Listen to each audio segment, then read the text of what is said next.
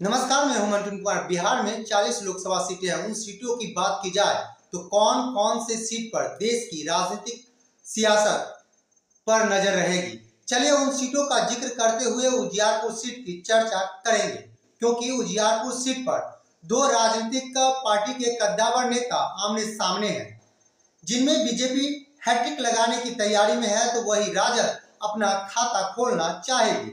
अगर राजद इस बार भी खाता नहीं खोल पाया तो राजद के कद्दावर नेता कहे जाने वाले आलोक कुमार मेहता का राजनीतिक कैरियर का यह अंतिम पारी होगा, क्योंकि राजद के सर्वे के विपरीत यह सीट फिर से मौजूदा विधायक व राजद के कद्दावर नेता आलोक कुमार मेहता को दिया गया है। पहली बार जब 2009 में जेडीयू के प्रत्याशी अश्वमेध देवी से हार का सामना करना पड़ा था, यही आलोक कुमार मेहता है। लेकिन इस बार भी यह हॉट सीट मानी जा रही है, क्योंकि इस सीट पर विकास जैसे मुद्दे चुनावी मुद्दे होते नहीं हैं। चुनाव के बाद वो मुद्दे होते हैं, लेकिन जातीय समीकरण पर यहाँ चुनाव लड़े जाते हैं और दो जातियों की बहुलता है, यादव और कुशवाहा।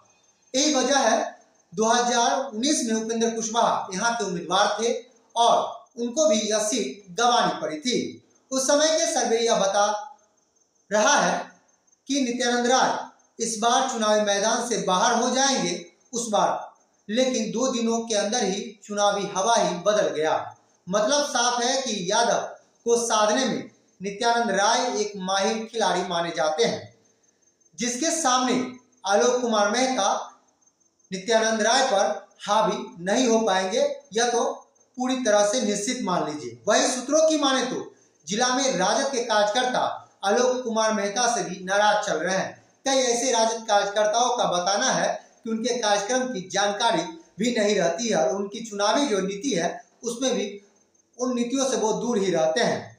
मतलब पार्टी में ही बगावत शुरू है और इसका कारण राजद के युवा जिला अध्यक्ष पूर्व अमरेश राय, जिसे लालू और तेजस्वी यादव का हनुमान माना जाता रहा, उन्होंने लालू यादव का प्यार मिलता रहा, यह सब जग जाहिर है, और तेजस्वी यादव भी उनके साथ ही रहते हैं। और इस बार अमरेश राय ने बागी तेवर दिखाते हुए स्थानीय उम्मीदवार को लेकर खुद निर्दलीय चुनाव में उतरने का फैसला कर दिया और बिगुल भी वो फूंक दिया है। और चलिए और लिए चलते हैं एक बात, इसी उजियारपुर लोकसभा क्षेत्रों में आंकड़ों की बात कर लेते हैं, क्योंकि यह संसदीय क्षेत्र समस्तीपुर जिले के अंतर्गत आता है। 2008 में परिसीमन हुआ तो उजियारपुर अलग लोकसभा क्षेत्र बना। साल 2009 में यहाँ पर जनता दल यूनाइटेड के टिकट पर अश्वमेध देवी चुनाव लड़ी और जीत हासिल की थी, और आलोक मेहता को उस समय भी उनकी चुनावी नीतियों के कारण हार का मुंह देखना पड़ा था। लेकिन इसके बाद के अगले 2 चुनाव 2014 और 2019 बीजेपी नेता नित्यानंद राय जीत गए। क्योंकि 2019 की हम बात करेंगे और 2019 में भी यह हॉट सीट था और इस बार भी, लेकिन 2019 में बीजेपी के दिग्गज नेता नित्यानंद राय के खिलाफ उस समय रालोसपा की टिकट पर उपेंद्र कुशवाहा चुनाव लड़ रहे थे, जो इस बार एनडीए के साथ ही चुनाव काराकाट से लड़ रहे हैं, लेकिन उन्हें जीत नसीब उस समय नहीं हुई थी। उपेंद्र कुशवाहा को नित्यानंद राय ने लगभग 2,77,000 वोटों के अंतर से चुनाव में पटकनी दी थी। तीसरे नंबर पर सीपीआईएम उम्मीदवार अजय कुमार उस समय बने रहे थे। 2019 के चुनाव में नित्यानंद राय को लगभग 5,43,906 वोट मिले थे। वही उपेंद्र कुशवाहा को 2,66,628 वोटों की प्राप्ति हुई थी। सीपीआईएम उम्मीदवार अजय कुमार को लगभग 27,000 वोट मिले थे। इस सीट पर उस समय कुल 18 उम्मीदवार चुनावी मैदान में थे। यहाँ मुद्दे मायने नहीं रखता, यह मैं बार बार यह बतला रहा हूँ, जिस वजह से जातीय समीकरण के आधार पर ही वोट होते आ रहा है।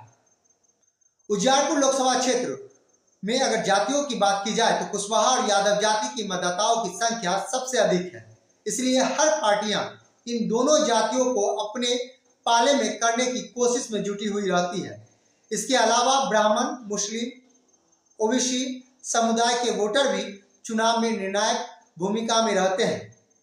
और मोहद्दीनगर विधानसभा क्षेत्र की बात की जाए, इसी चुनाव लोकसभा में पड़ता है, वह राजपूत की। पिछला चुनाव भी काफी रोचक रहा था, क्योंकि नित्यानंद राय खुद यादव समाज से आते हैं, इसलिए पिछले चुनाव में यादव वोटर्स तो साथ उनका मिला ही, साथ ही ब्राह्मण और राजपूत का भी साथ मिला था। ओबीसी समुदाय भी ज्यादातर वोट उन्हें ही दिया था। हालांकि ऐसा कहा जाता है कि इस बार चुनाव उस वक्त भी निर्दलीय उम्मीदवारों ने उपेंद्र कुशवाहा का खेल बिगाड़ दिया था और शायद इस बार भी वही खेल हो न जाए।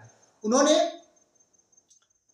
करारी उपेंद्र कुशवाहा को हार मिली थी और इस बार निर्दलीय उम्मीदवार के रूप में राजद के नेता, स्थानीय नेता के तौर पर पार्टी के शीर्ष नेतृत्व से नाराज अमरेश राय ने अपनी उम्मीदवारी की घोषणा कर दिया। ऐसे में क्या उजियारपुर लोकसभा में लालटेन जलेगा या कमल खिलेगा, ये देखने वाली बात होगी। लेकिन आलोक मेहता की नीतियों के कारण राह आसान नहीं होगा, क्योंकि आलोक मेहता की अपनी नीति चलती है और इसी नीति की वजह से उसे हार का मुंह देखना पड़े, यह कोई बड़ी बात नहीं होगी। बहुत बहुत धन्यवाद।